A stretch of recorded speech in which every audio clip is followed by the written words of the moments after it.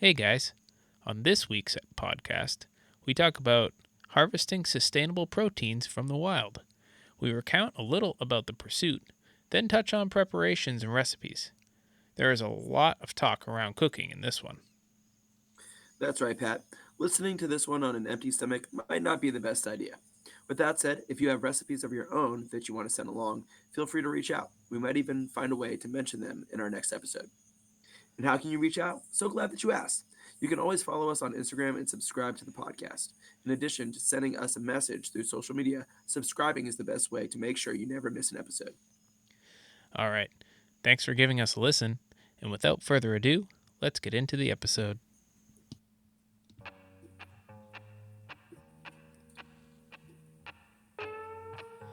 Welcome to the East Coast Hunt, Fish, Hike podcast. I'm Pat Carroll, hunter, fisherman, and general outdoor enthusiast.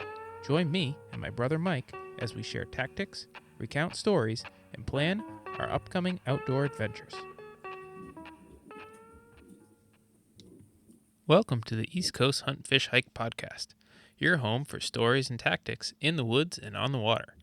I'm Pat Carroll, and I'm joined, as always, by my brother and co-host Mike. How's it going, Mike? It's going well. It's going well. Things are going pretty good here. Down here in Georgia, getting into the springtime here, which means that weather's kind of all over the place. We'll start off in the morning and it'll be in the 30s, and then in the like mid part of the day or in the afternoons it'll be up to like the 70s, sometimes even into the 80s. So things are going well here, if not for some like fickle weather, but all things considered, things are going well. So Very good.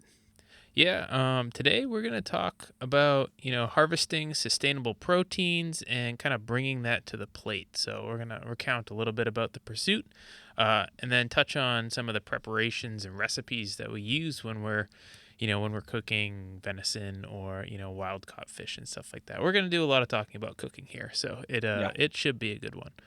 But first off, let's push that social. We do have an Instagram. Our Instagram is at EC underscore hunt fish hike underscore pod. So be sure to follow us there. Leave us some comments, leave us a review, tell us how we're doing. Ultimately, those rating and reviewing us is the best way to move us up the charts and extend our reach to other folks. So let us know how we're doing. Leave that comment. Tell us, give us some topics for us to talk about.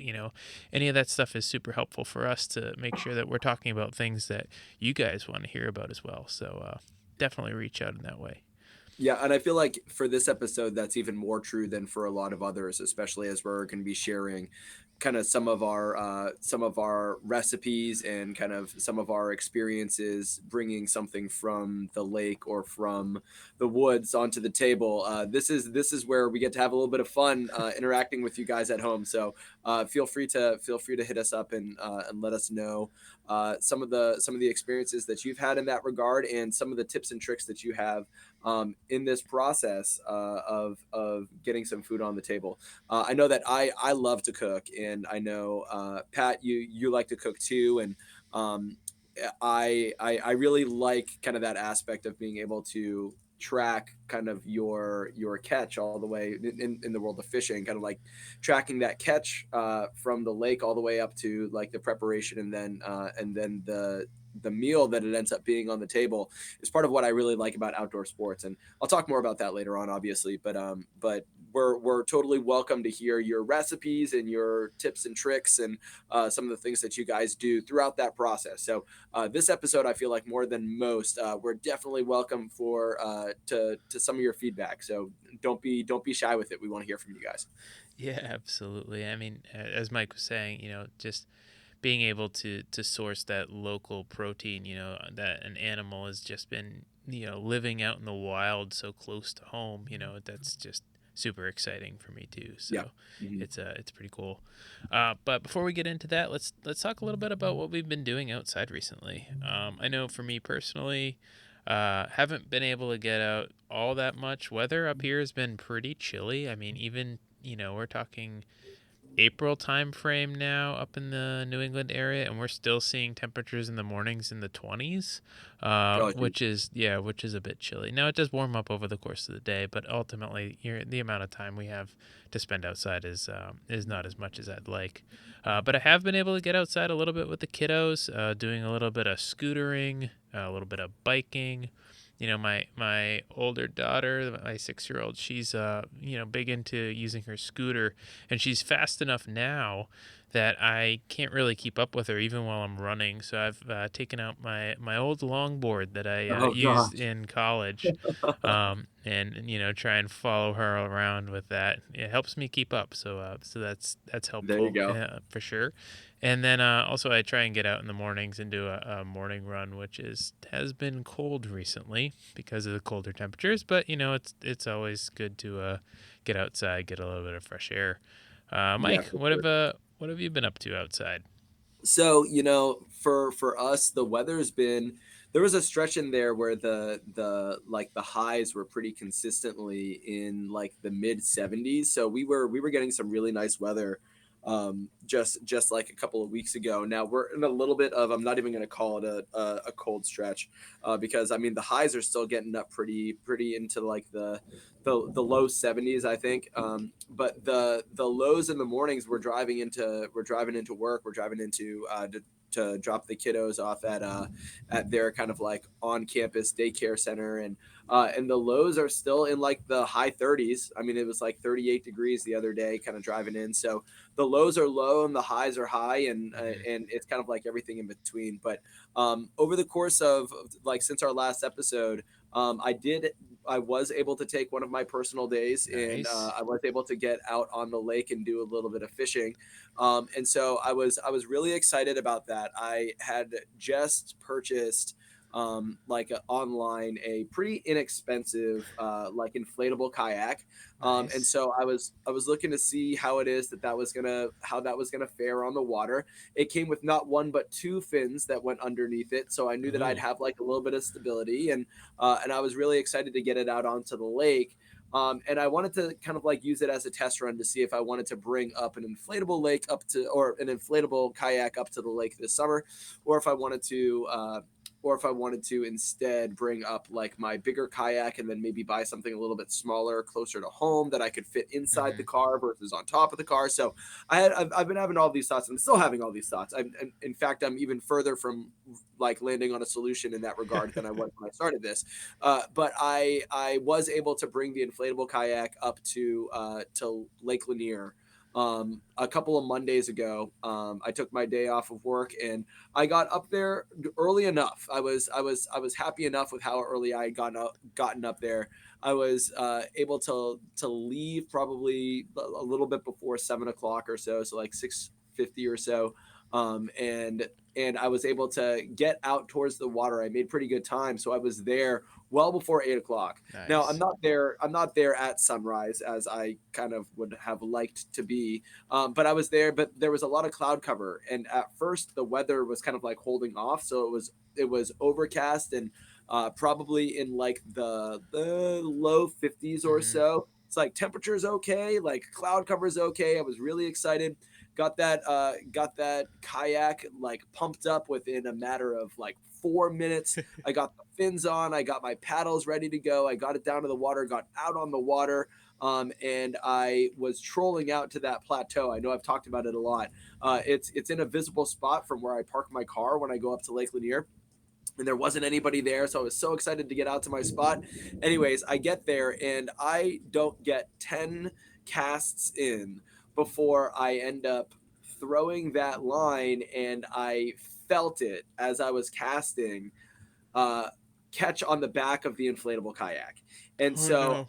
I had this moment where like you're casting and the line isn't going anywhere, and it's, oh, you kind of like, I felt it more so than I heard it. And I was like, oh no, I know what that is. I've had enough holes punctured in kayaks to know what that's going to be.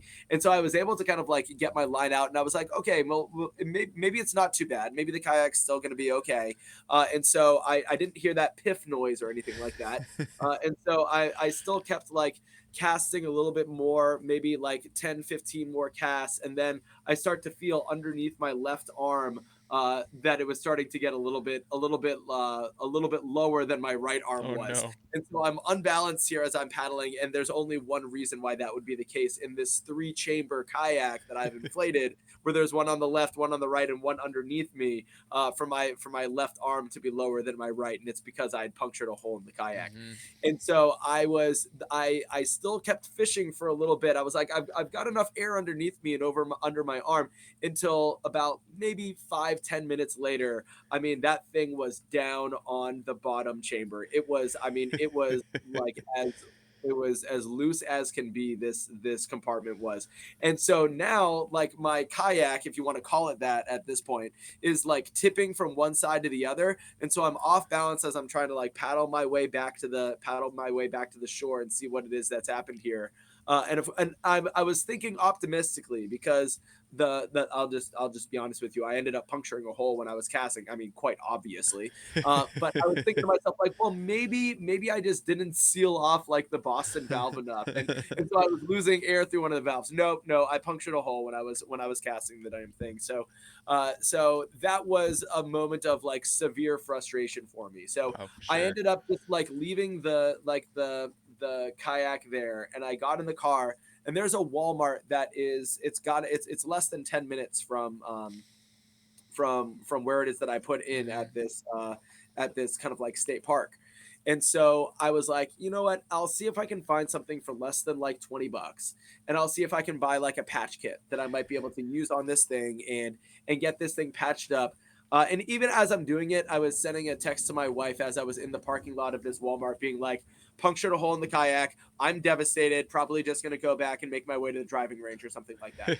And so I go into this Walmart, and I'm kind of like looking up and down in the aisles, and I'm looking in the repair aisles and in the tool aisle. And I wasn't really seeing anything. And so I ended up going back to back to their like fishing and hunting section.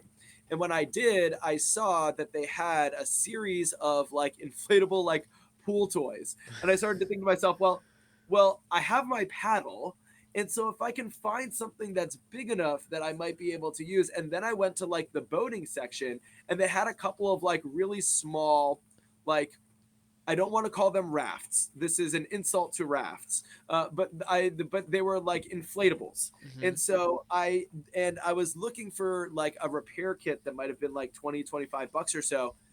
I find this new raft, and they've got a picture on the front of this like mother with her son with their like little oars as they're like paddling through. And I'm like, for $28, I can just get myself a whole new watercraft. And so that's what I did. I bought this new watercraft, and of course, I'm walking through the fishing aisle, and I find one of my Rapala like shad Yep. fishing lures. So I was like, well, I'm gonna throw one of those on there too. So I walk out of there with a new lure and with a $28 raft. And so I go like back to the car and everything, and I'm like, all right, I'm feeling newly and like reinvigorated Yeah. here. And so I go back to the lake, and I pump the thing back up, and I'm ready to put back out onto the water. And this thing is, I mean, it's not long like a kayak is. It's kind of like short and chubby. It doesn't have a fin underneath it. And so I put it on the water, and it floats. And so I'm kind of like paddling my way around, but it is without the rudder underneath it. I mean, I'm all over the surface of the water. And Yeah. so I tried to kind of like troll behind it, because at this point, after puncturing the hole in the other one, Hmm. I didn't want to end up puncturing a hole in the second one, especially because this one is just like one chamber. If I puncture a hole in this thing, like, I'm screwed. So I ended up like filling it up, and I'm just trying to troll behind it. But what they don't tell you when you're trying to use an inflatable pool raft as your main source of kayaking, when you're out on Lake Lanier, is that these aren't exactly designed to be kayaked in. And so they have these like little knobs that you could use your like little like play oars Yeah, with your you're 5 year old yeah. son, as they had on the front packaging of this thing. And it's right where I'm trying to paddle. And so I'm needing to like paddle up above, and I'm like sinking down below with my inflatable like seat that I use in my other kayak. And so I am trying to like paddle around, and of course without a rudder, I'm trying to like paddle to the right, I'm going left, I'm like all over the place. But I ended up making it to where it is that I wanted to go in terms of my like fishing and trolling. And so, but it takes me like 5 times longer to get there than it would have taken me in like a normal kayak. And so I end up kind of like paddling out to like the far stretch of where it is that I want to be. Hmm. And that's when I saw the storm cloud starting to come in, and it started to rain. And so there I am with this kayak, and I haven't caught a fish. I have not caught a fish on the like 2.5 hours now that I've been out on the lake trying to paddle around with this thing, just trolling, because again, I don't want to be in a position where I'm going to end up puncturing a hole in this thing. And so I'm trolling, and it's taking me so long. I'm convinced that I'm not going at a good enough speed in order to be able to in order to be able to really be able to catch any sort of fish. Sorry if you can hear this at you're listening at home. I'm doing this recording out on the back porch, and we've got some thunder and lightning that's out here, folks. So we're definitely keeping things interesting. But it's really kind of like setting the mood for where I am in this story too, because it started really coming down as I'm trying to paddle my way back. And then of course I got my lure caught like on like another fishing line that was underwater in a shallow point as I'm trying to paddle back. Oh So no. it ended up being just this absolute disaster of a fishing trip. Didn't end up catching any fish. End up getting back to the car, and now it's raining to the point that I don't feel comfortable. Like all the driving ranges that I was going to go to are closed.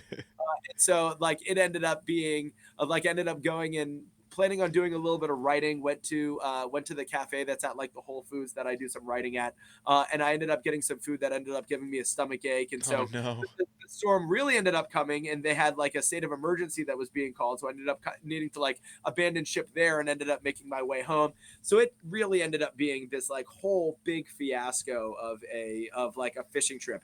Didn't catch any fish, and learned a lot about, when you go on a fishing trip, especially when you have so few of them. When I'm taking personal days, in order to be able to do it, just go with all of your equipment, even if it means putting the other kayak up on the roof. Just go with everything that it is that you think that you're going to need, and even the stuff that you don't think that you're going to need.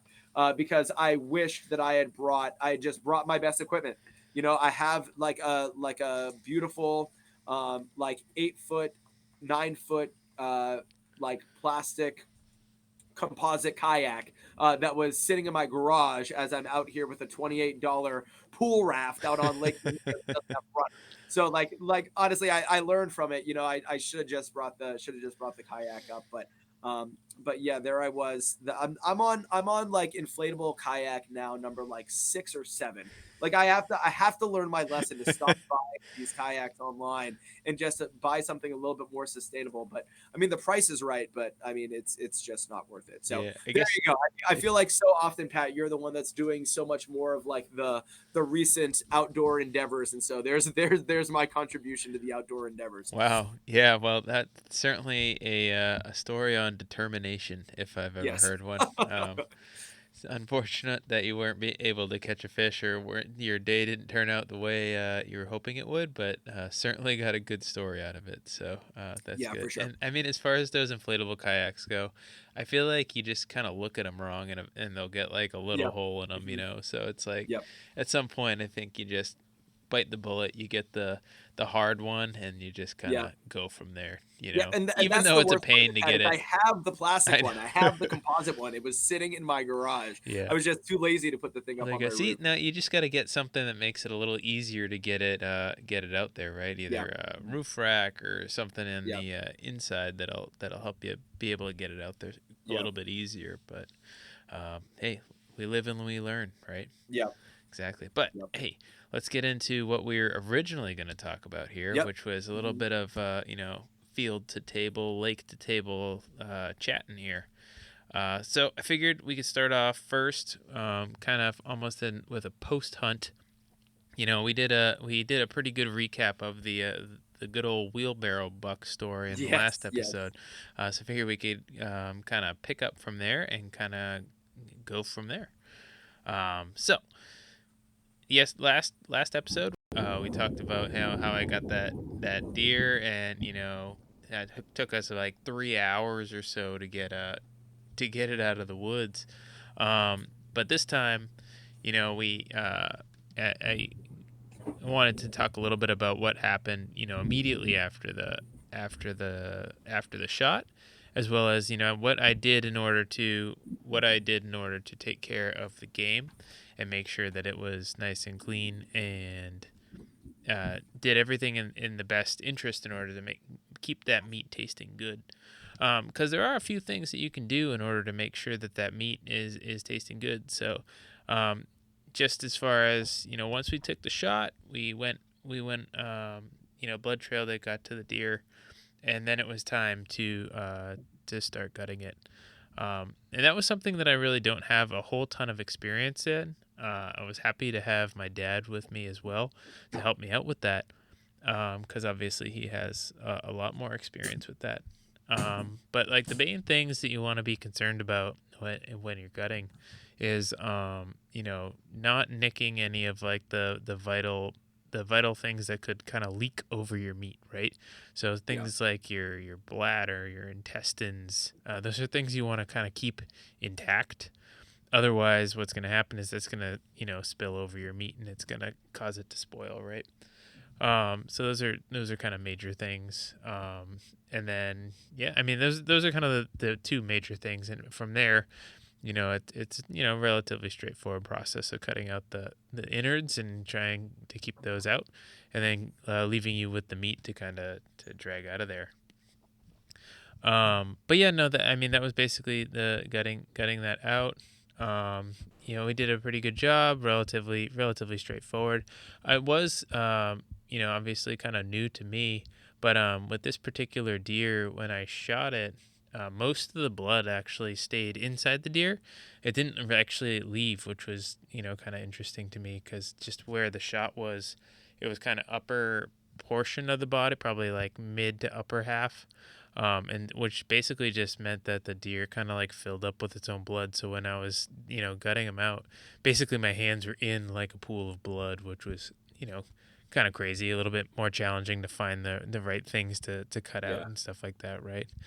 But no, I mean it went pretty smoothly. We didn't end up having any issues as far as um, piercing or puncturing the intestines or the bladder, which you can run into issues with. yeah, It was relatively cold, which was nice, but it was kind of warming up.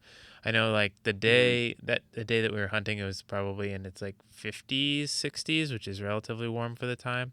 But overnight it was going to be in the 40s, so it wasn't like too bad. Because generally speaking, if you're going to hold that deer for an extended period of time, you want it to be pretty chilly, right? You're going to end yeah, up with either bacteria growing on it or having some of the meat go bad if it's warm, right? It's like anything else, right? You're not going to leave yeah, your raw hamburger on the counter if it's warm out, right? I mean, you're going to yeah. stick that in the Now, fridge. let me ask you just a couple of questions there, Yeah. because I have zero experience gutting deer. But I know from gutting fish and from like the fillet process, Mm-hmm. that like the it's kind of like a delicate process. You're talking about like not wanting to contaminate the meat, and like not wanting to like end up rupturing something that might end up kind of like being a like adding to the difficulty of the process, and if not contaminating the meat, then at least kind of like making the process more difficult, because you're worried about like innards and stuff like stomach content and stuff like that. Is this like, how delicate is this process? Now I know, for again, for fishing, when the gutting process is different than the filleting process, and Mm-hmm. when it comes to like the part of the filleting that is kind of like where the skill is involved and where it needs to be involved, is not losing too much meat. Now the harvesting that was done with this deer, I'm assuming, was not done by you, right? Yeah, the, And the so actual you brought it to butchering, their you mean? Yeah, yeah. we Mhm. brought it to someone to butcher it. Right, and so that would be kind of like where you would end up risking losing any meat, but, like, how delicate is this gutting process, and do you risk losing any meat kind of, like, along the way if you end up rupturing something that you're trying not to, and, like, how careful do you end up needing to be with your gutting knife as you're making your way through this? Is it like you slip up once and you end up losing, like, a whole shank from what could be, like, on your plate? Like, what how, like, delicate is this process? Yeah, for sure. I would say that there are portions that are delicate and there are portions that are less delicate, right? So, I mean, now it's the beginning portions when you're, ultimately just getting into the deer, you're cutting into the hide to get into the area where you're actually going to be gutting is relatively, you need to be pretty precise just because, you don't really know what's on the other side of that skin, right? So, as you're Yeah, cutting through, if there's something like the intestine or the bladder or something as you're pushing, you could potentially puncture that, right? Which would then,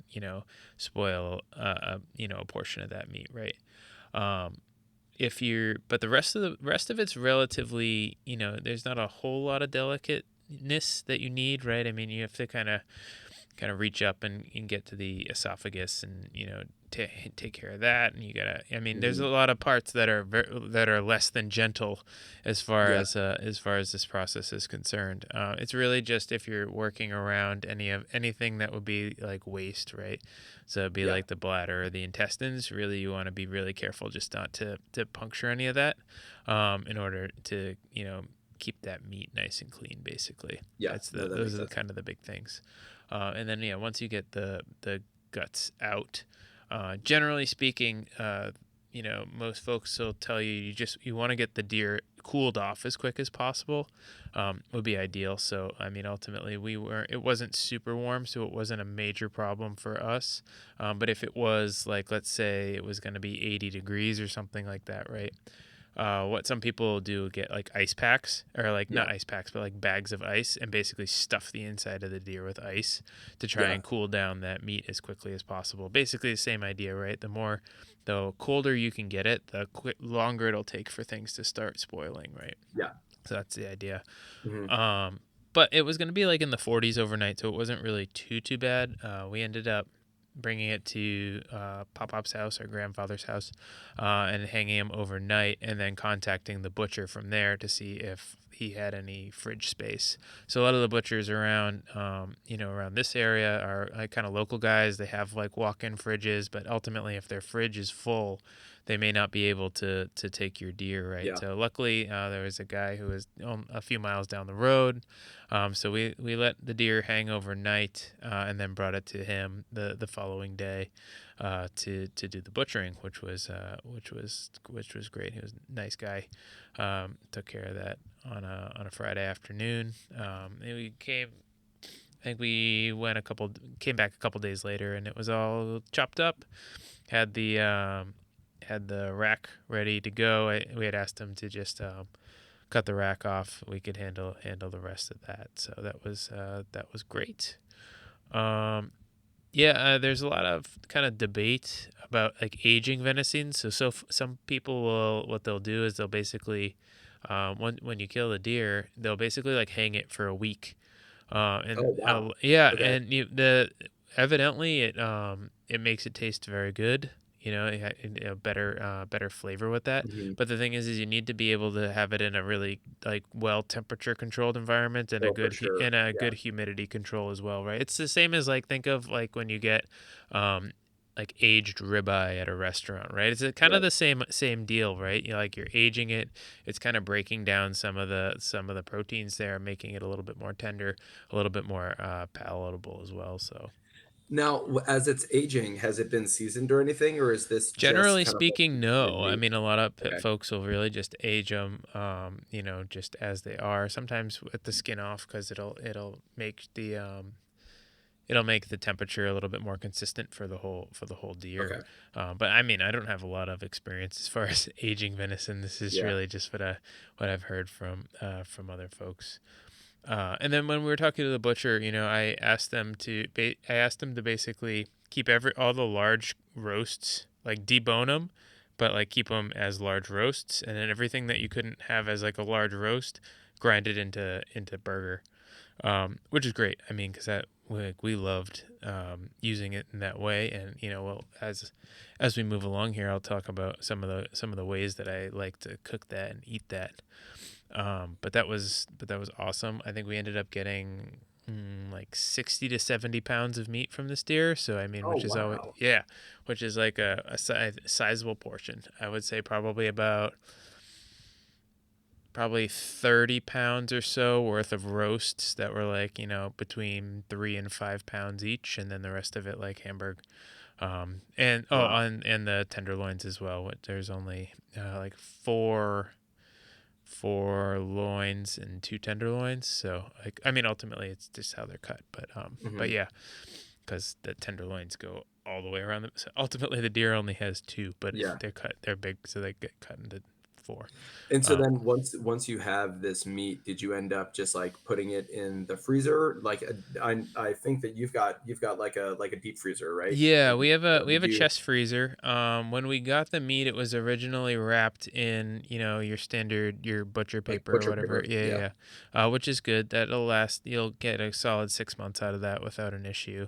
But what we did was basically we took the time to basically unwrap everything, and then rewrap it first with like Saran wrap, and then Yeah. do freezer paper on top of that. And if you do a good Saran wrap and then This freezer feels like a dad process. it This was. feels I like mean, he was involved, yes, but this. I mean, me and him both agree that that's probably the best way to yeah. wrap them, because that Saran wrap, but because it's like so tight to the meat, it allows for like Mhm. very little air to be between the meat and the container, and that Yep. air is what you're fighting against, right? If there's any air there, it's gonna basically as it freezes, right, the moisture from that meat gets drawn out like in a same way you would in if you were freeze drying anything, right? So that air, basically, any spots that are in contact with air, there's an opportunity for freezer burn there. So if you have that Saran wrap like right on that meat with very little air, you're going to have much less of a chance of freezer burn. And then also the freezer paper on top of that has that kind of waxy coating, which is also going to minimize any sort of air contact with that meat Hmm. as well, which is super beneficial. In addition to that, while we were doing this wrapping, any of the larger cuts, we took the extra second to kind of cut off any additional silver skin that was on there. So the silver Hmm. skin is, it kind of looks like fat, but it doesn't taste like fat. It doesn't taste like beef fat or anything like that. Is It it really, gristly? yes, it is. If you ever had like a venison that bite that was like kind of gristly, like a little bit more chewy, didn't really taste quite as good, that's ultimately the silver skin. So if you Okay. take your meat that's been butchered and you cut off all that silver skin, one, it's gonna last longer because like that silver skin is gonna cause it to get a little bit it'll go bad a little bit quicker if that silver skin is on Yeah. there. But two, the silver skin is what's adding to some of the off flavors that people generally associate with venison. Oh, okay. So when you remove that, you get almost none of that of any sort of like gaminess off flavors that you would from the Huh. venison. Okay. Yeah.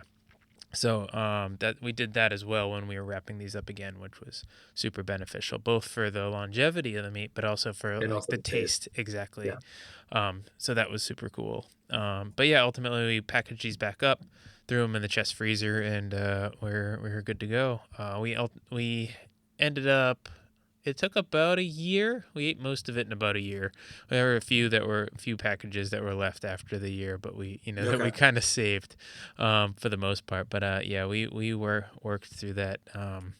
Worked through it pretty quickly, but it's because I mean, it tasted good, so it wasn't like And did you find that there was any kind of like point of deterioration that towards the end of that year, once it had been in the freezer for a year, you weren't able to get it to taste as good, or was it really just as good once you're able to kind of like defrost it and get it back to temperature? Or I guess another way of asking it is how long will that venison end up lasting in the freezer? Yeah, I mean, I think, first to answer the first question, no, I mean, it tasted pretty much the same Okay. day one to the last one we Oh, ate. that's I good don't to think know. there was any real difference between them. I mean, maybe if you were to have a side by side, right, and be able to taste one from day one and one from like a a year later, maybe you'd be able to tell a difference, but certainly nothing noticeable when we were eating it. And then as far as like how long it'll last in the freezer, if it's well wrapped with good saran wrap, good freezer paper on top of that, generally, a year, no problem. Year and a half is still should probably be good. You can make it up to like 2 years, I would say. But after that, I probably would be, not that I'd be hesitant to eat it. I think it would still be fine, but you certainly run the risk of additional like freezer burn and stuff like that at that Yeah, that point. makes sense. Yeah. But in addition to the meat, we then had the rack. So ultimately, this was an 8-point buck. It was, a pretty good size for an 8-pointer. As I said in the last episode, I taped them out using, Boone and Crockett measurements to like a 141, which is, sizable for an 8-point.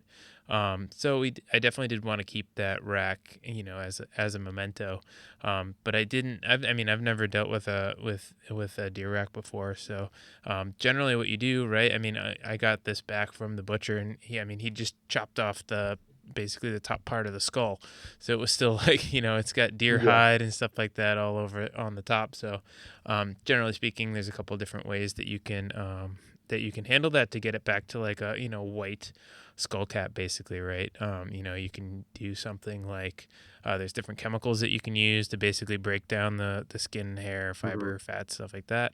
If you're someplace like a taxidermist, sometimes they have like beetles they'll use. Basically use these beetles to kind of eat away at the skin of the skull, and basically it gets you like this super clean, super good looking skull plate. But ultimately, what I did, which a lot of folks will do, is you boil it. So you basically take the skull plate and you boil it in water, and basically either use pliers or something to basically rip the hair and the skin off the off the Yeah. skull plate, which was in an ordeal. It's obviously nice to have the memento, have the rack, but probably it took like the better part of a day to kind of boil that thing down, because you got to get it, basically hot enough, and then ripping the hide off, and then and it like stinks too. Like it doesn't smell Yeah. very good either, right? So No, I did listen, it I mean, outside, so it wasn't really that big of the smell wasn't as big of an issue, but yeah. it was also like 30 degrees when I was trying to do this, so that wasn't helping, maintain a good like hot water in my pot that I was using. But I Listen, got there and ultimately it ended up looking good, so yeah. I was happy about it. Between you and the deer, I mean, you definitely ended up on the better end of the better end of this ordeal. With that being said, I like to think that this is the deer's that this is his like last hurrah here. This is his last kind of way of sticking it to the hunter, is making it a pain for you to get that rack up on the wall. Yeah.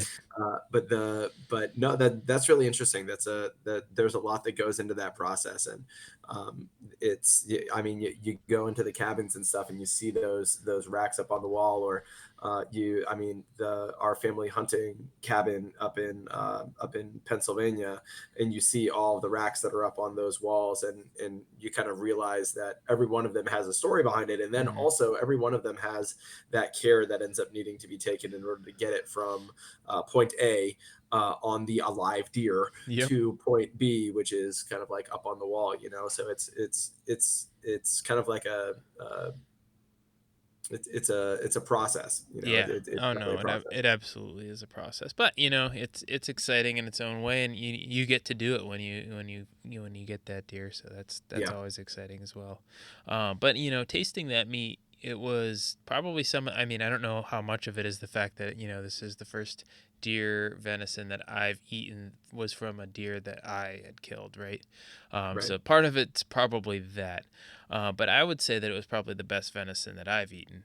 Yeah. And it could come down to any number of things, right? It could be how the meat was handled, us removing the silver skin, packaging it up well before putting in the freezer. But then, other things that can potentially impact the way a deer is going to taste is also like age, right?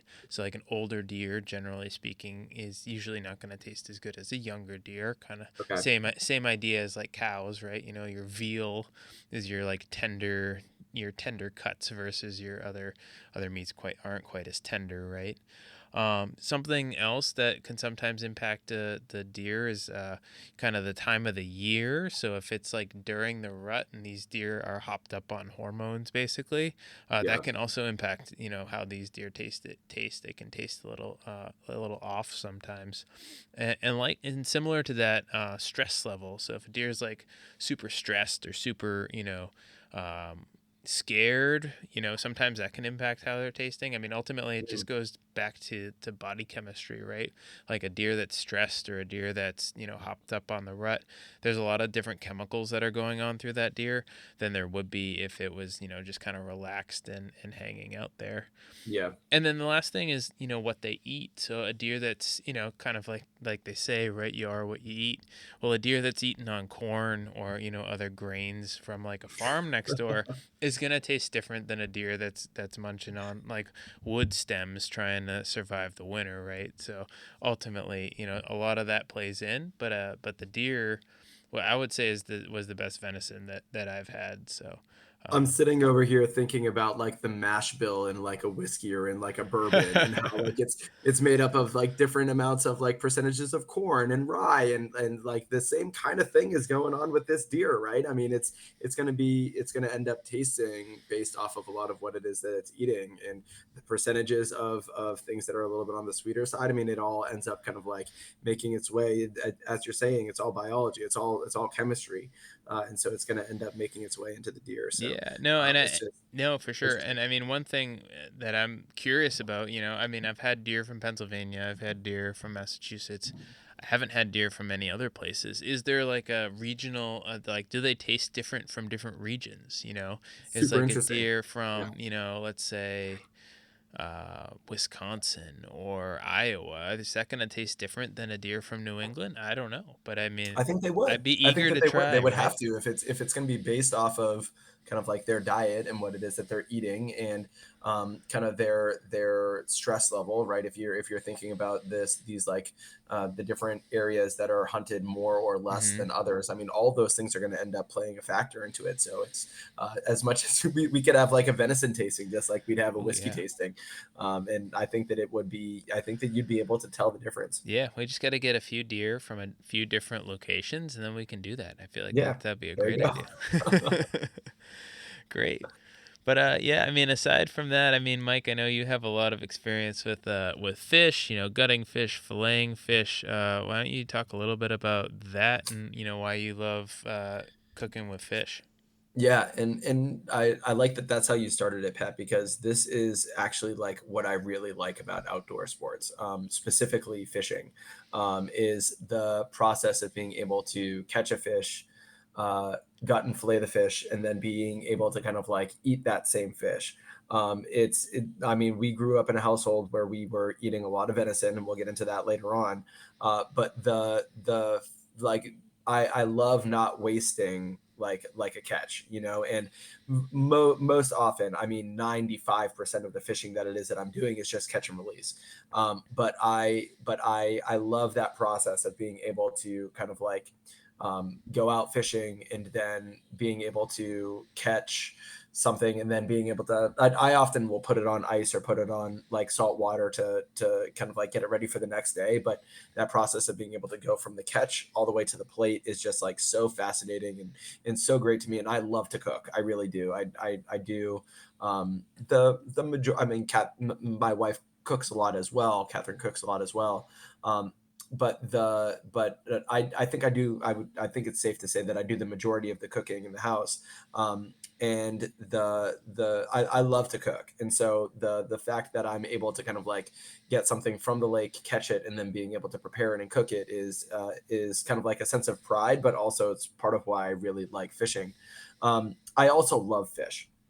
I love fish, and I always have. And this is going back to like some of the steakhouses that we used to go to Hmm. when we were younger. And I would be getting like the big haddock right alongside everybody else that's getting these like New York strips and like filet mignons, and I just loved fish. Or like when we'd be growing up, anytime that somebody would be asking about like what gift cards like my parents would want, whether it was from our mom doing like the costumes in like our school plays, or dad like coaching diving or whatever it happened to be. Whenever there was a gift card that was in question coming towards the Carroll family, I would always say Joe Fish is where our family loves to eat, because I love fish so much.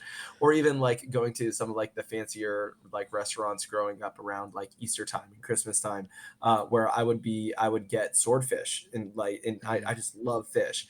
And that's always been how I've been when it comes to food. I've just always loved seafood. I've always loved fish, and so being able to kind of like catch the fish, and I do a lot more fishing now than I used to when I was younger. But I love that process of being able to catch something and then bring it to like the table. But the kind of the gutting process and the filleting process is something that I needed to kind of like learn as I was going.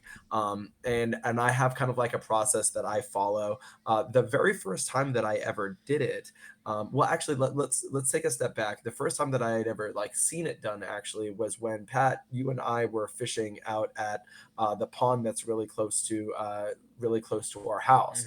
Hmm. It was walking distance for those listening at home, and we would go down if we were going to be drinking. We would go down and we would walk down, just bringing with us like a 6 pack of Old Chub, our fishing beer. Pat and I would down to the lake if we were going to be if we weren't going to be if we weren't going to be drinking, then we'd just drive ourselves down there, and it was like honestly, it was maybe a mile and a half of a walk I from don't even think it was that. It's probably like a mile.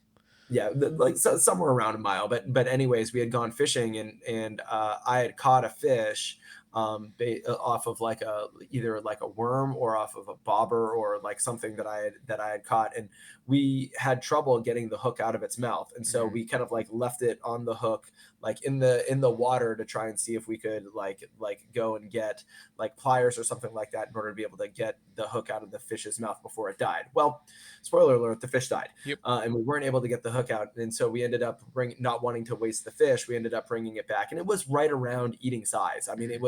it might have been like an inch or so shy, but we were the fish was dead, so we weren't going to throw it back, and so we ended up bringing it home as quickly as our legs could carry us, in order to be able to bring it home and get it gutted, and see if we could get this thing eaten. And so Dad was actually the one that had gone through like the filleting process and the process of like gutting and filleting the fish, and so that was the first time that I had ever seen it done. And he ended up leaving the skin on. I'm not sure if you remember this fish, but it was very good. Hmm. And we did it pan seared in butter. And we left the skin on. There were a couple of bones, but not too bad. And that was really like the first time that I had seen that done. Yeah, I feel like I remember similarly. I mean, yeah, I remember that time. That was definitely I think probably the first time that had ever seen a fish gut as well. But then I feel like a handful of years later, a similar situation happened where either a fish died, or we just decided that we were gonna eat that. And I remember bringing it back and then looking up like on YouTube, like how to gut a fish, and then Yep. like how to fillet it out and stuff like that.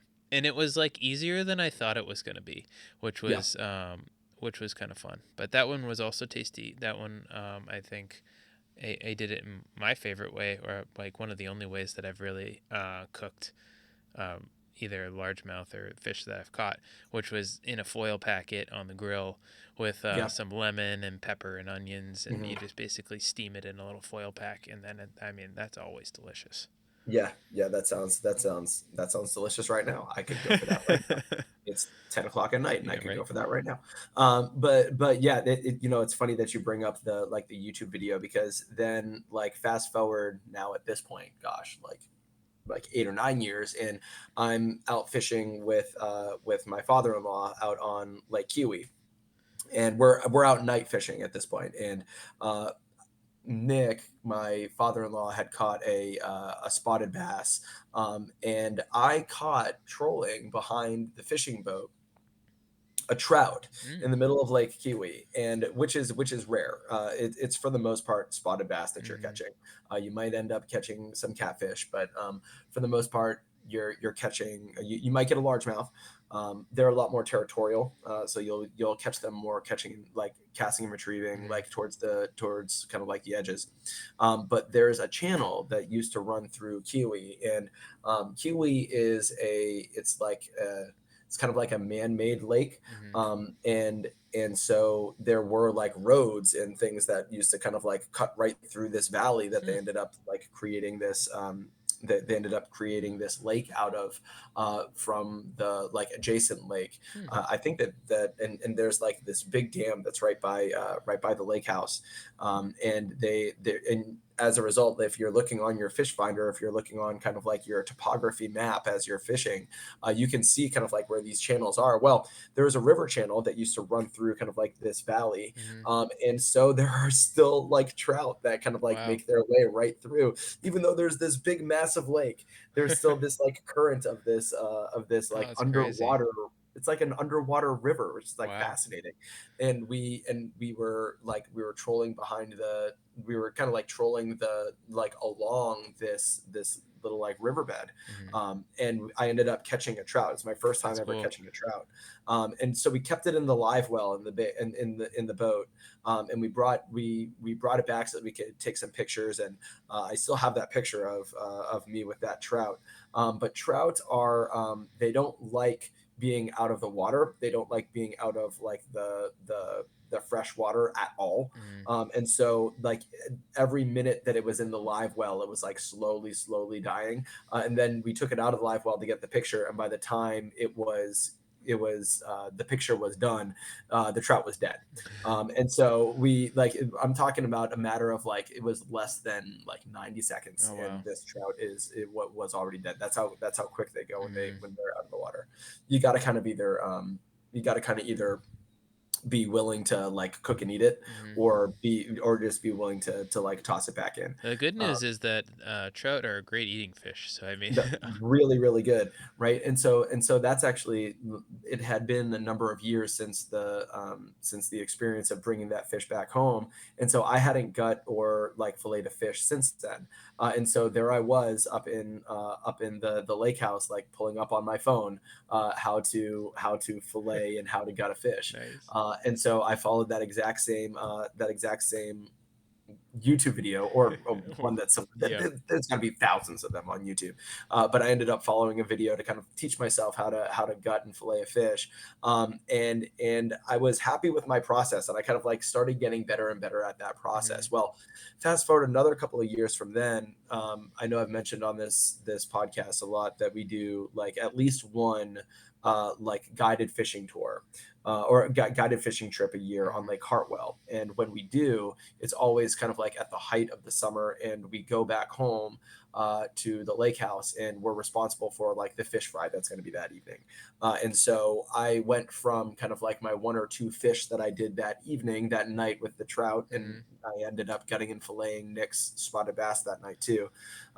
But I now, at least once a year, am responsible for like and Nick has kind of like done a lot of the filleting, whereas I do a lot of the Mm-hmm. cooking. But we kind of like share the gutting and filleting, and then I do predominantly the cooking, for like 20 plus people. Oh And wow. so the fish that we're getting on Lake Hartwell are big fish, Mm-hmm. and so each one of them will feed probably like three people Oh based off wow. of like the number. Like each side that we're cutting through is big enough for two people.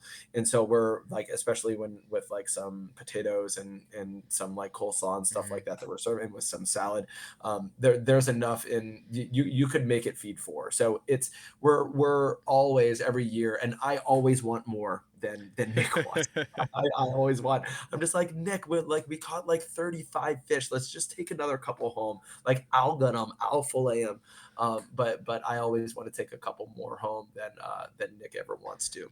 But I'll still, like, every year I'll end up gutting like maybe three or four. Mm-hmm. And if I'm feeling really inspired by something that I caught in the lake, or if it's particularly large, I'll like in Lake Kiwi, I'll bring that Mm-hmm. home and gut and fillet that too. But like I've learned a lot from kind of like Nick's process, and which is the process that he learned from the guide himself, they used to let them just gut and fillet it like right on the side of the boat. Mm-hmm. But they've started cracking down on that. They don't like them doing that anymore. But Nick learned enough of kind of like the process. So I'll just really quickly go through kind of like my process. Mm-hmm. I like start down by like the rectum, like right on the outside of the sphincter valve, and I'll kind of like that's like where my initial point of incision is when I'm actually gutting it. But I actually like to take the head off first so that I'm not working with the like the whole fish. Mm-hmm. And so I'll cut right like I can't remember what the name of the fin is that's like right on the side, but there's a soft spot right on kind of like the back of the fin that's right up by the gills, and I'll just kind of like cut down at an angle towards the spine Mm-hmm. on both sides, and then just sever the spine so that I'm not worried about the head, because most often, unless I'm doing a whole fish, I'm getting rid of that anyways. And I actually cut the tail off as well in case I am keeping the skin, because I like having that kind of like nice little kind of like that nice edge to work with. Mm-hmm. And so I'll kind of like I'll cut just above the rectum. I don't like inserting into the rectum, just in kind of for some of the same reasons that you're talking about with the deer. I've never had this be a problem, but I don't want to find myself kind of like inserting into like the intestines and end up Mm-hmm. getting uh, ending up with more of a mess than I need. Yeah.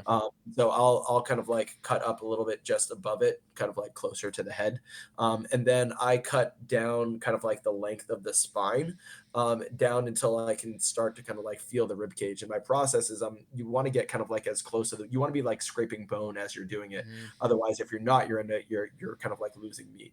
And then I'll go right down to the rib cage. And what I used to do, my old process used to be I would crack that rib cage like right along the edge, and then very carefully come back through on the underside. If you can like imagine the fish's kind of like rib cage down where its belly, where its guts have already been pulled out, Mm-hmm. because I've gone up and I've gone up from the rectum and kind of like scooped out and tossed out all the way up to its throat, like all of the like guts and everything like Yeah. that. But I'll go down the spine, and then I used to crack the rib cage like with my knife right at its base, and then very carefully kind of like peel out the bones from the rib cage. Mm-hmm. And when I would do that, I would oftentimes leave the skin too.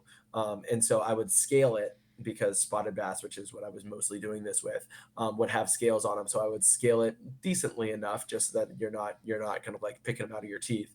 Mm-hmm. And then I would oftentimes leave the skin on, and that's how I would do it to save the most amount of meat possible, or the Mm-hmm. most amount of fish possible. Now, with the size of the fish that we were getting in and continue to get at Hartwell, and when we're taking the biggest ones in order to be able to feed the most people home, you're not quite as concerned about like cracking that rib cage in order to get that like last little centimeter of meat. I mean, these fillets are huge. Mm-hmm. And so the if you kind of like follow that process that I was describing before, I no longer, because the process of scaling it can take some time. I typically, when we're doing the larger fish fry, I'll kind of like follow that process all the way up to breaking the like going down along the spine, like Mm-hmm. I always do. But then when I get down to the rib cage, instead of cracking it and kind of like taking the care with it, I'll kind of like continue along and kind of like curve my knife around that rib cage as well. Um, I'm not able to get quite as close as I would if I were to break the rib cage and kind of like cut right along it, but it's close enough on a massive fish, to not really have to worry about that. And then I'll just lay it, and put like one hand on the skin, and just take the knife and just run it right down the length of the fillet, and that's able to get the skin off of it too, so that I don't have to worry about scaling it, because oftentimes in the process of gutting and filleting it, that ends up taking so much time. Nice. Um, but Yeah, yeah, that's I think for me, when I did it the most recent time, right, I gutted it out kind of similarly to how you were, right? But then what I did, and I mean, I don't know how, this is probably one of a handful of fish that I've got, so I don't have a lot of experience. Basically, I just took my knife. I think I scaled it first, to get like, most of the scales off. And then basically right behind the gills, made mhm. a cut straight down on that, and like right behind the gills until you hit bone, and then turned your knife 90 degrees from there, so you're laying along the ribs, and then just sliced straight back and took the fillet right off. Mhm. And it was, I mean, I just remember it being super easy and being like, wow, this is, and I don't know if it was luck or what, but I managed to get all the fillet off. I don't think I had any bones in that fillet. And it was Yeah. like perfect. I was like, wow, this is super easy. How did Yeah. how did I manage to do this? Yeah. No, I mean, and if you can do it that way, that's a great way to do it too. And it's not all that dissimilar from what it is that I was describing. But yeah, the process once you kind of like get the method to it, Hmm. it starts to kind of make sense. And I like thinking about it kind of like big picture. If you think about like where the meat is and where the fillet is on the Hmm. fish, and your job is to get that off with as few bones as possible. Well, you kind of like know where the bones are. They go along the spine and then they Yep. go along the rib cage. Yep. So if you can kind of like get yourself down to the rib cage and then you're cutting out. Now, if you're turning your knife at 90 degrees, you're going to be missing some of that part of the fillet that goes along the rib cage. But Yeah, probably. honestly, that's the part where you're going to find the most bones anyways. Hmm. So like there's a very good chance that you're ending up with fewer bones and admittedly a little bit less meat. But if your fillet and your fish is big enough to not have to worry about it, then That's just don't true. worry about it. Yeah. And so yeah, I definitely I hear you there, and I think that you're making the most out of your time and also the most out of your fillet too. Um, but I mean, I started this off by saying that I love fish so much, and I think that like there's a lot that kind of like goes into the cooking of it that you got to kind of make a choice, right? And so like when it comes to the fish itself, there's kind of like two factors that I think that kind of like play into it. It's both the texture, but then also like the fishiness. And so like if you think of like halibut is something, or like mackerel Hmm. is like really fishy, right? And so like the fishiness factor obviously will play a role. But I grew up really liking like haddock Hmm. and like that whitefish that is just so like buttery, and so and there's an aspect of the fishiness that's there, but it's certainly not overwhelming. That's kind of been like my gold standard, right? In terms of kind of like the fishiness, and then but then like in terms of texture, you got something to work with there too. Like haddock is a particularly flaky fish as opposed to Hmm. like something like a catfish that ends up being a little bit not rubberier, but it's almost kind of like a smoother texture. And so like the texture and the fishiness ends up kind of like playing a role there. Catfish can be a little bit fishy, which is why so often it's prepared with like Cajun spices and so often fried. I Hmm. love catfish, and I think that it's got actually like a really good fishiness to it. Hmm. Kind of like we're talking about gaminess with like meat. Like I like venison too, Hmm. and it's partially because of that like little bit of a bite of gaminess. Like I feel something similar with catfish. But then you got to kind of consider the skin or the no skin. And if you're for me, it kind of depends on the fish, and it depends Hmm. on kind of like how it is that I'm preparing it, and whether I want there to be that like little bit of extra like fishy flavor to it. Now, when you're cooking your fish with the skin on it, that ends up adding a lot of crispiness to it. And if you're pan searing this thing in butter or even in like oil, that's where a lot of that crisp comes from, and it's where it'll like a lot of that fishy taste, that good fishy taste, Hmm. especially once it's been mixed with like melted butter, ends up kind of like permeating into the fish, right? And so Hmm. the I like I like that skin on. I like what it does with the flavor. But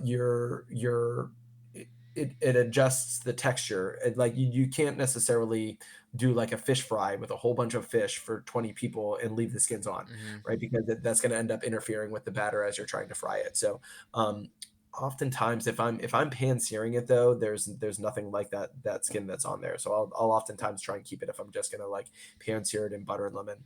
But if I'm frying it, I'll be taking the skin off. So like the way that I'm going to be preparing it always plays a role into it. Um, when we're fishing on Hartwell, we end up with a lot of Hmm. like hybrid bass, and which is kind of like the mule of the bass world, if you think about it. Like the mule being kind of like the mix of a horse and a donkey.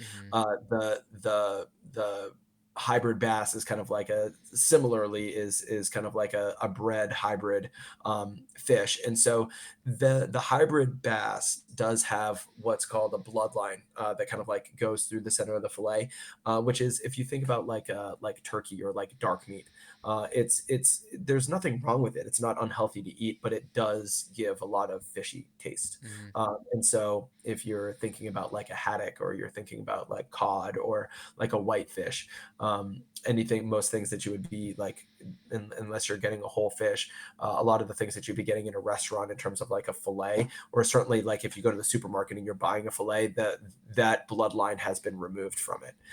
And so there is some like fishiness. Now, this probably won't surprise you, hearing the stories that you have about, for those listening at home, about my father-in-law, but he always likes removing that bloodline. I'm okay with it being in there. I think that it adds a little bit more fish to it, both in terms of its taste and in terms of the amount.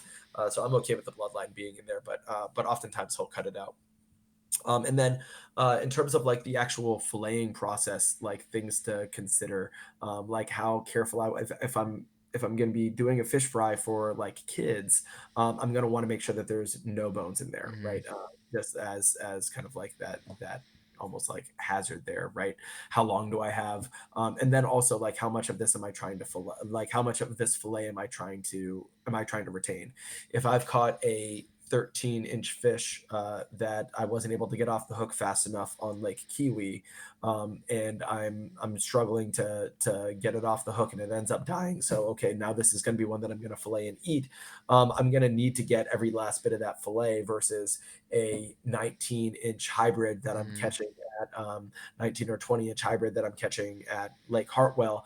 I'm not going to be quite as concerned about that fillet retention. I might use Pat's tactic of turning that blade 90 degrees and just getting the top part of that fillet because I can afford to do that. Mm-hmm. So the amount that I'm trying to retain often ends up playing a role in that too. So Yeah, no, I mean that all totally makes sense.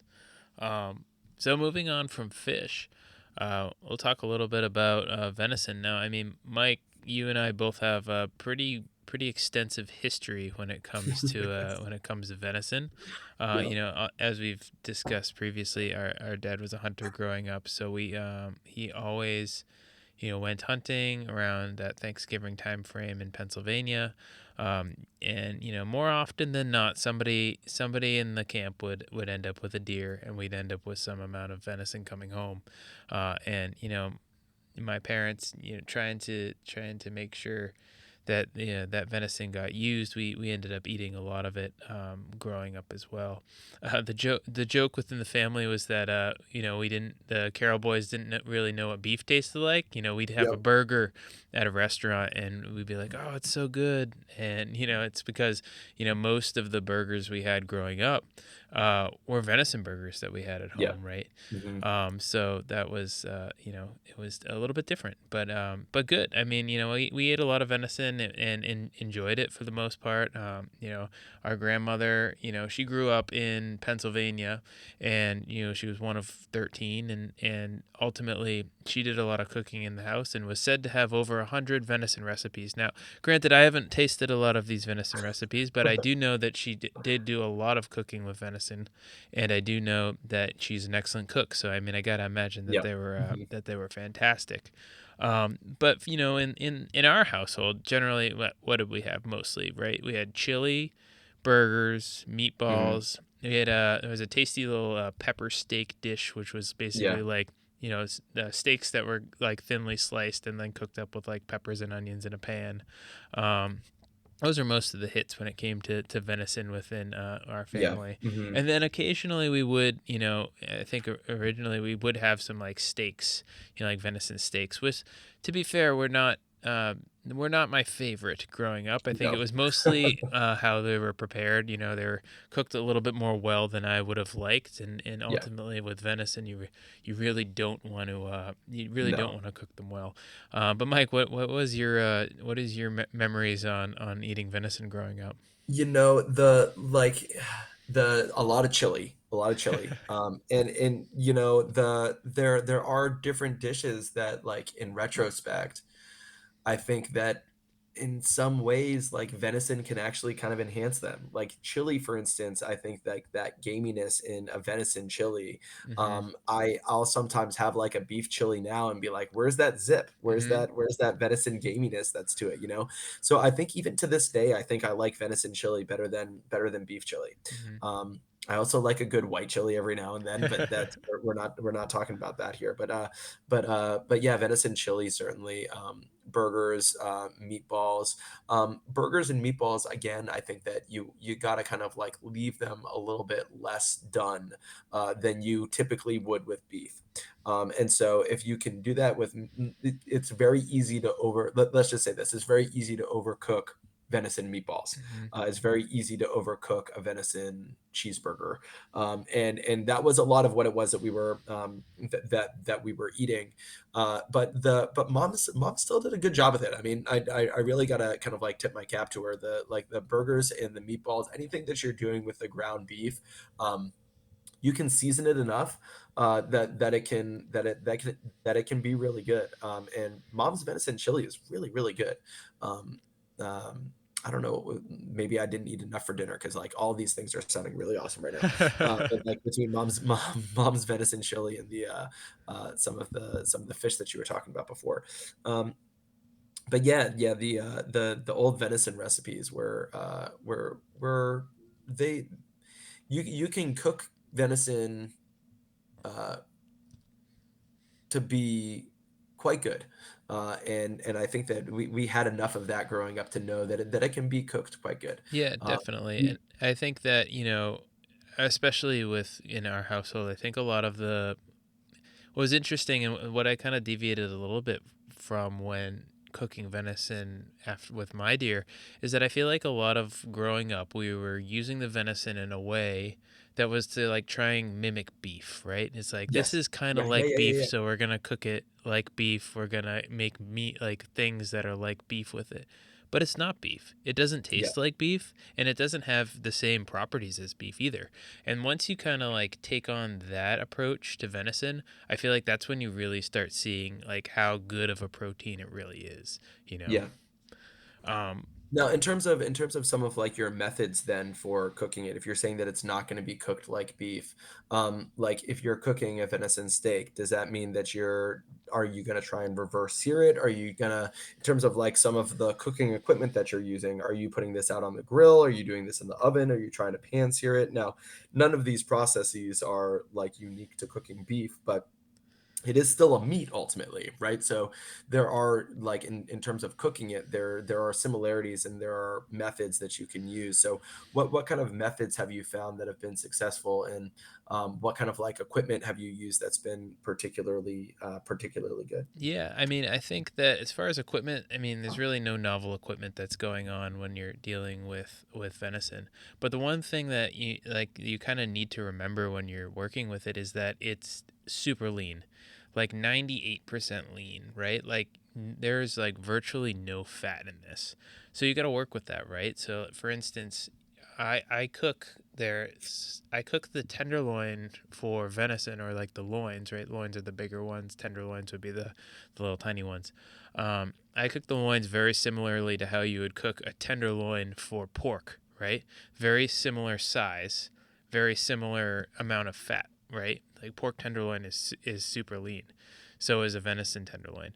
So basically, what I'll do, and this is exactly how I cook up my pork tenderloin, is I'll take that tenderloin. It's probably like about, let's say, 6 or 7 inches long, and probably with like 3 inch diameter, right? Like kind of like a tube. You know what a loin looks like, right?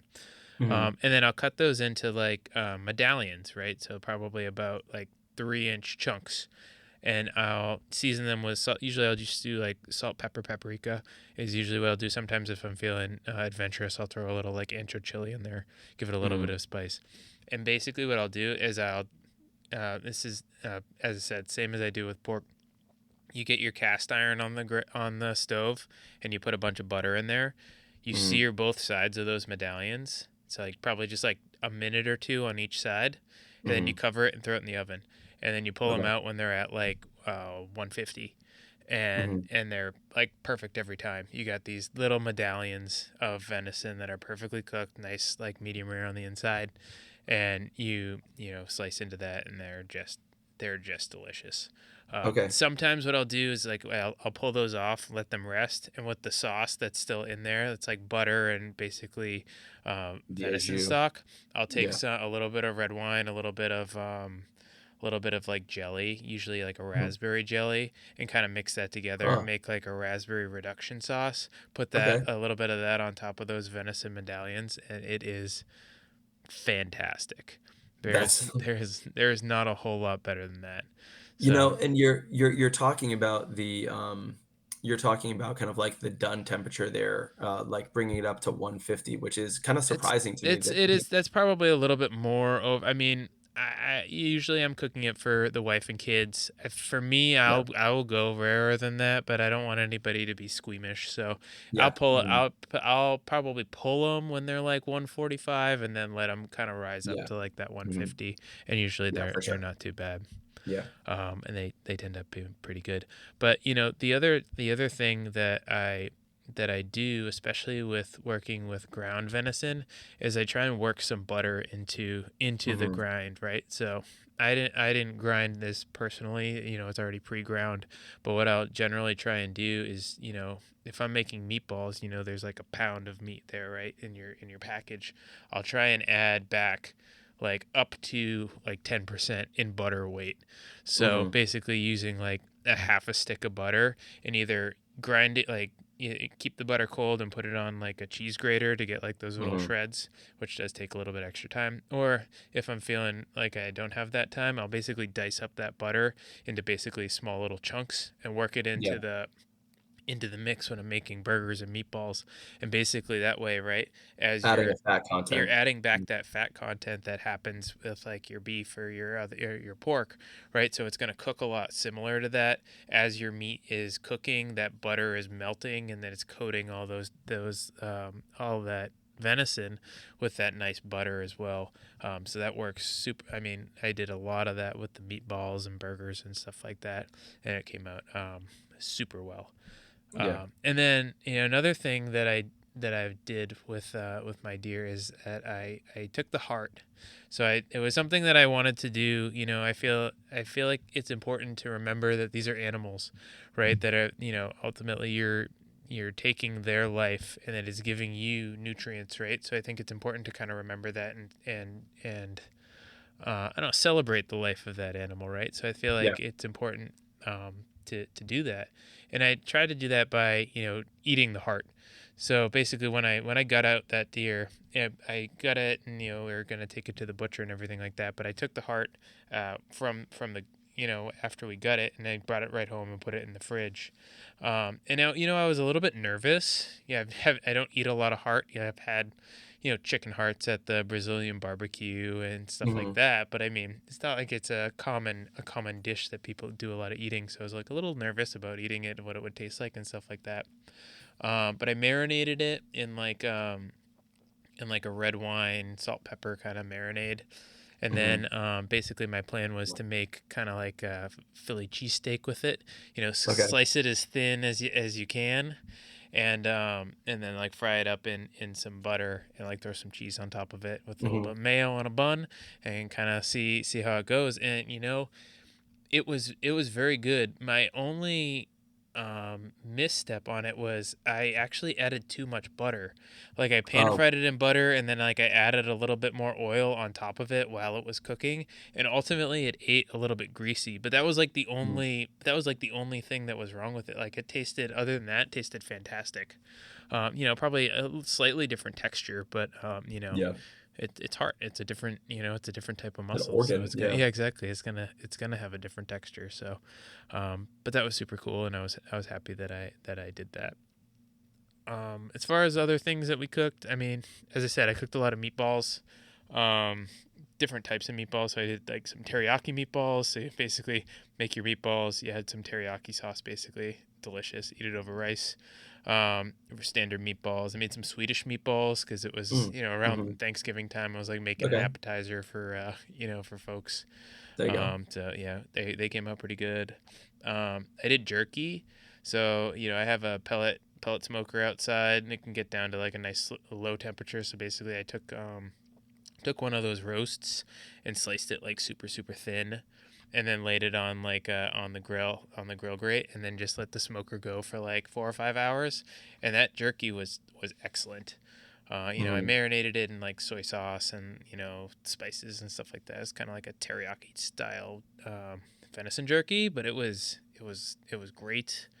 Um, and then the other thing, I did mostly large roasts and ground venison for what I got over my deer. The other thing I love doing is doing like a venison barbacoa in the crock pot.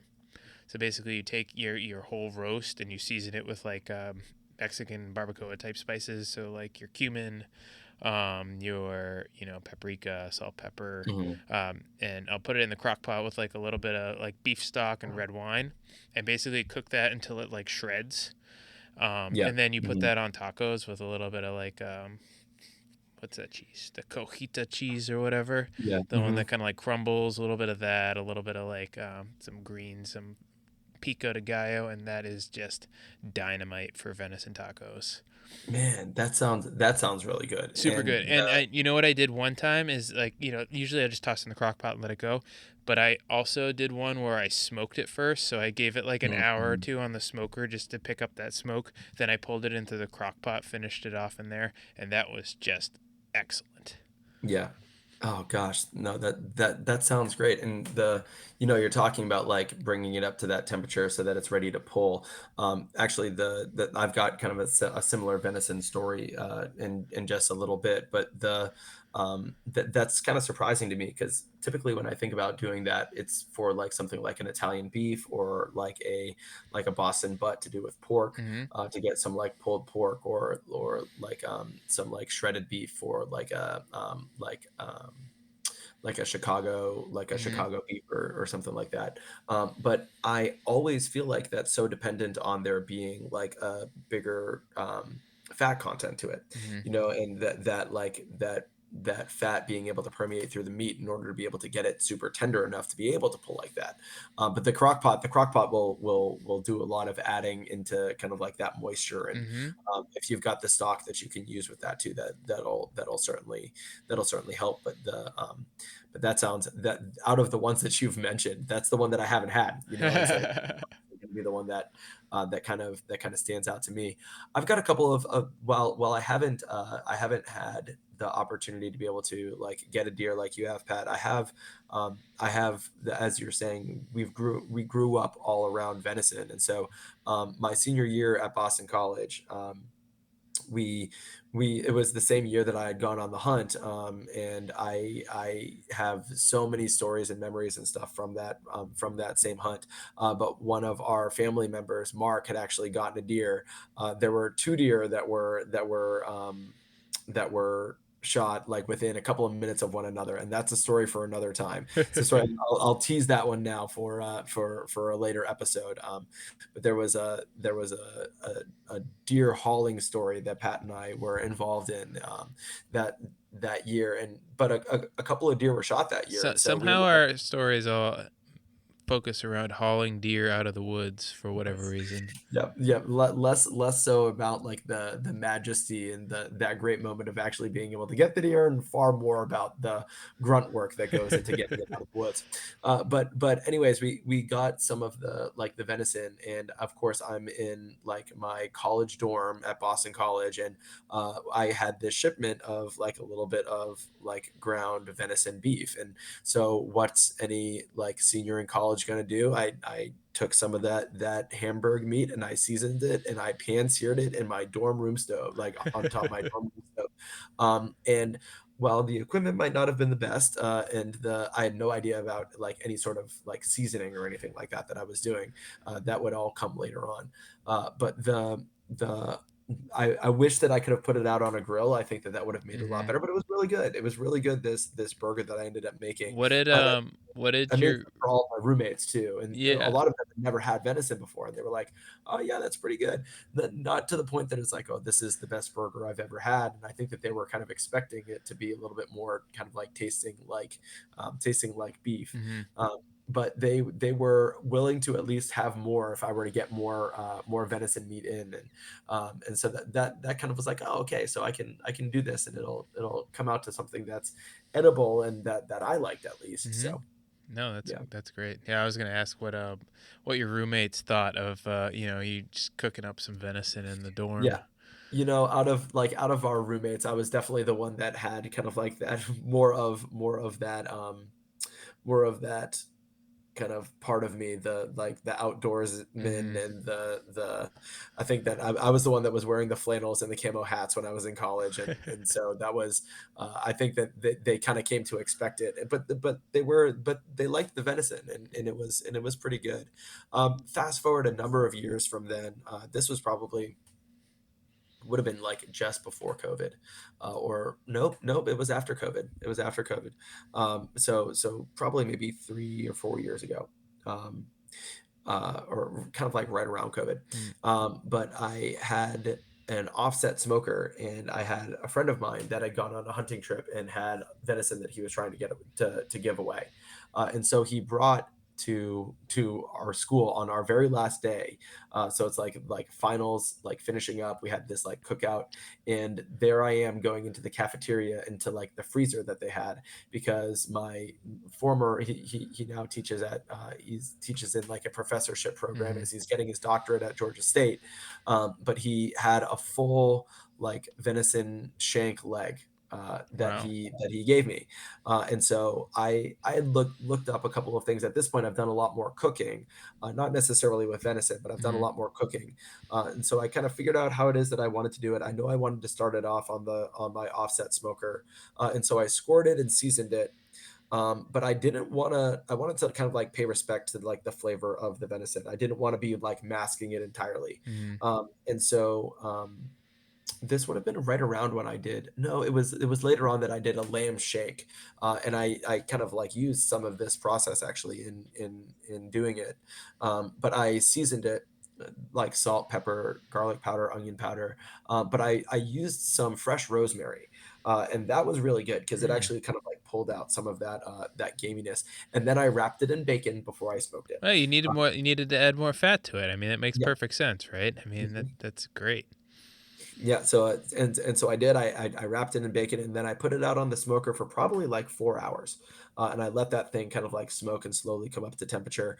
Right when it had stalled, I ended up tenting it in, like, a stock brine, Mhm. and I wrapped it in foil, and so I brought that into the oven and just kind of, like, let it come up to temperature more and more and more, and then for the last probably, like, part of it, once it got up to, like, 170 or so, I ended up cutting it down and breaking it down into Mhm. like two different crock pots. And then I ended up bringing it up in its own kind of like brine up to temperature. And that thing was delicious. And Wow. I needed to wait until it was ready to be like with a fork, ready to be kind of like just like Yeah. flaked away.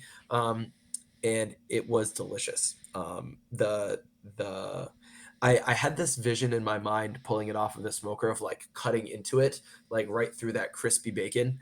That didn't happen. The bacon like lent it the fat content, but it ended up getting like rubbery, and Mhm. the bacon was I think the bacon actually ended up in the trash. But the venison itself, like the meat was really, really Mhm. good. And so I actually when mom and dad were down in Georgia visiting, I served it to them because Oh, they had nice. down there like at the same time that I was cooking it, and they were blown away by it. Wow. Dad had some very complimentary things to say about it, and so I used that in kind of like I think that I did just kind of like over mashed potatoes with like a little bit of like a gravy almost, Oh, yeah. and almost kind of like you would consider like a pot roast, Mhm. and it was really, really good. And then I used that same meat in kind of like a third dish, in like a hunter's pie. Mhm. And so I do at least I do shepherd's pie actually a lot. I love shepherd's pie, and so I'll cook a lot of shepherd's pie, and I I took like some of the meat that didn't get used in like the dinner that I made with the like the pot roast, and I chopped it up as finely as I could and mixed it in with some ground beef and actually some bison. Hmm. So I added some. I saw some bison that was at the store, and so I added it in with that. Similarly, I wanted to like keep that like pay respect to that kind of like gaminess and the Mhm. fact that this was not a shepherd's pie. As much as I love shepherd's pie, this isn't a shepherd's pie. And there's different meats that are in there, and so I used fresh rosemary and fresh parsley that I had been growing in like my planter's box, Mhm. and that gave it this like really refreshing kind of like great taste to it. And so I wanted to give it kind of like a cling to kind of like bring it together. And so Mhm. I do a lot of homemade barbecue sauces. And so I wanted something that was going to be sharp and not sweet. And I ended up kind of like adding this like barbecue sauce to the meat before adding in like the vegetables and the like the potatoes and everything and making this hunter's pie. I ended up loving the flavor, but I wished that I hadn't gone through with the barbecue sauce and Mhm. adding it.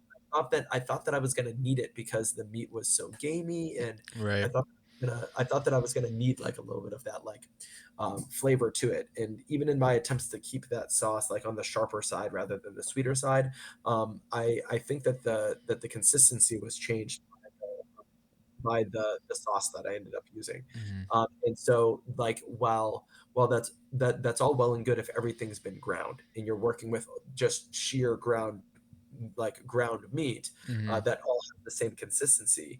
When it comes to sauce and kind of like adding that as I sometimes do, I don't think that it ended up helping the hunter's pie. Mhm.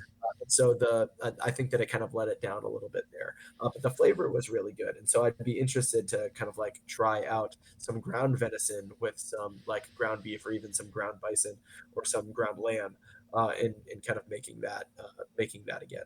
So Yeah, definitely. No, that sounds delicious. I would have scarfed all that down real easy. As far as like recipes for fish, Mike, what are some of your go tos on that? I mean, I ultimately don't have a lot of recipes for fish. As I said, the my go to is the good old foil packet on the grill, which to be fair, has served me well. It has been yeah, delicious every time I've done it. But yeah. it also makes it a little hard to veer away from that because it's been so good. Mhm. What are some of your go to fish recipes for when you catch something?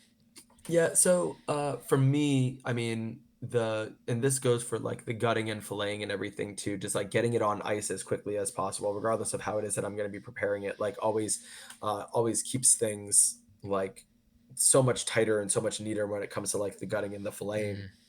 But then on top of that, and this is something that I've taken from my father-in-law, but if we're going to be like when we're doing the fish fry, for instance, every summer we'll take those fillets and we'll put them into like salt water, like iced salt water actually, to keep that fillet nice and tight, and then we'll put it in the fridge to Mm-hmm. kind of like keep it nice and cool and but also to like let that salt kind of like permeate Mm-hmm. into some of the fish. Think about like if you're gonna sous vide like a cut of beef or something Mm-hmm. like that. Like Now, you want to kind of like get that you want to get that like that seasoning on there or get that salt at the very least in order to be able to permeate into the meat. And so the we then obviously well with a sous vide you're doing that with warm water. We're doing that with colder water, but it's kind of like the same process, right? You want to get some of that salt into the fish, and so we will kind of like the night before we're going to be doing the fish fry the next day. We'll get it all in these like these glass containers, and we'll stack like 8 or 9 of them all into the same like salt water like little like pools almost. mm-hmm. We'll throw a little bit of ice in there just to keep it like to keep those fillets nice and tight. But that's something that I've seen. It impacts the flavor of the fish, and in a good way. It like the salt is obviously like salt is this like flavor enhancer, Mm-hmm. right? And so you're getting like there are times where if you that I've noticed when I haven't done that, that the fish ends up tasting a little not less fishy, but it ends up tasting a little less flavorful. Huh. Result. Interesting. And so like a lot of the flavor that you're getting in your bite is from like the breading and from the Mm, lemon and from the skin, but not actually from the fish. huh. And so I've noticed that the like using the salt pools has been really beneficial for that. Now, let's so when you do this, so you're doing it over like you're basically putting it in like a saltwater ice brine, right? And like do you just Yep. leave it in there overnight? Is that kind of Yep. how you do it? Oh, okay, Yep. cool. That's Have exactly right. Yep. Wow, Mhm. that's cool cuz I've It's a, definitely had that experience with I mean, I've just encountered it as like store-bought fish, you know, it's just not going to have the same flavor that you do when with stuff that you mhm. caught. But I'm curious if you did the same thing for store-bought fish if it would help it out in any way. Yeah, I bet it would. I bet it would.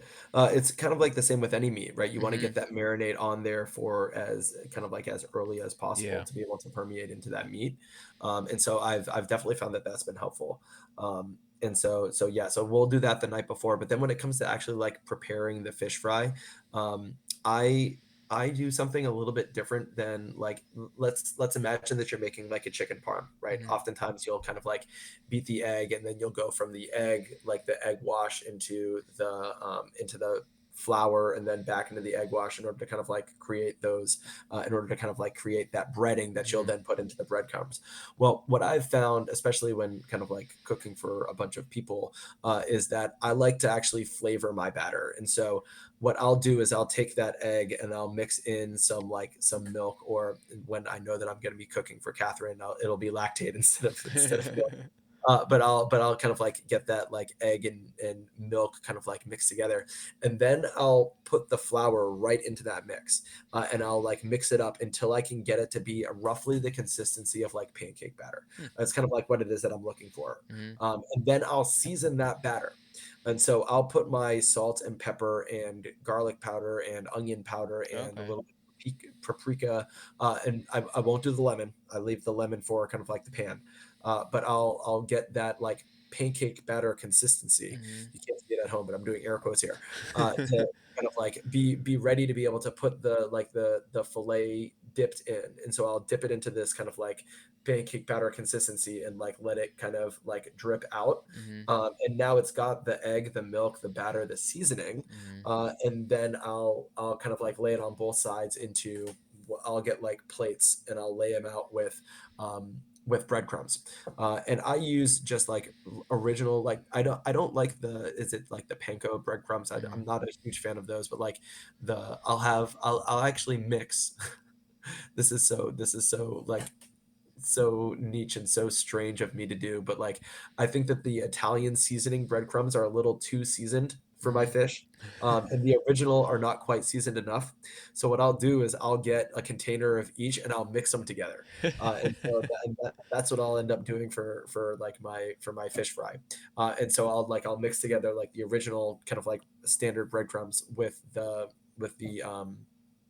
the Italian seasoning, just to so that it's not quite as kind of like heavy on like the parsley and the oregano. You don't Yeah. necessarily need that in there, but a little bit of that flavor helps.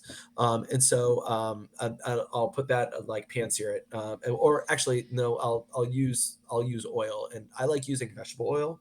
I Mhm. like the flavor of it, and so I'll use vegetable oil, to fry up the fish, and kind of like a couple of minutes on each side, and then I'll get like fresh lemon and kind of like squeeze it over the fillets, basically like when they're ready to pull, essentially, Mhm. like when they're still kind of like taking in some of that fry, but I'll kind of like run down on either side like a squeeze of lemon. When they're ready to pull, that's not quite right. It's more kind of like they're still definitely taking in the lemon flavor when I'm doing this, and then we'll serve it with like the slices of lemon for anybody that wants a little bit after. But I've gotten so many compliments on preparing that fish fry that way, and I mean, when you see it in like full operation, I've got like the entire stove front with like two or three fish on each one, and also like a side fryer. I'm like whipping up like 12 fish at a time here as I'm doing this in order to try and get it on the table on time, which is Awesome. always a little bit stressful, but I love it. I really do. But Nice. The other way that I've done fish is pan searing it, and the way that I've done that best actually, I did a spotted bass eggs Benedict with one of the Mm. fish that I had caught and gutted and filleted from Lake Kiwi, and with that I just kept it really really simple because I knew that I was going to be using kind of like a like a bolognese sauce, not a bolognese, a Hollandaise is usually hollandaise. what's Thank you, thank you. yeah. It's not hollandaise sauce, but a hollandaise sauce that I knew was going to be providing a lot of flavor, and so I like pan seared it, and when I did that, I kept it nice and simple, just salt, pepper, like a little bit of lemon, because I wanted that fish to be kind of like the main kind of like star there. I might have used a little bit of smoked paprika. I like a little bit of like flavor with the smoke. Mhm. If I Scotch ended my fish, I like a little bit of that like smoky flavor. So I might have had a little bit of smoked paprika.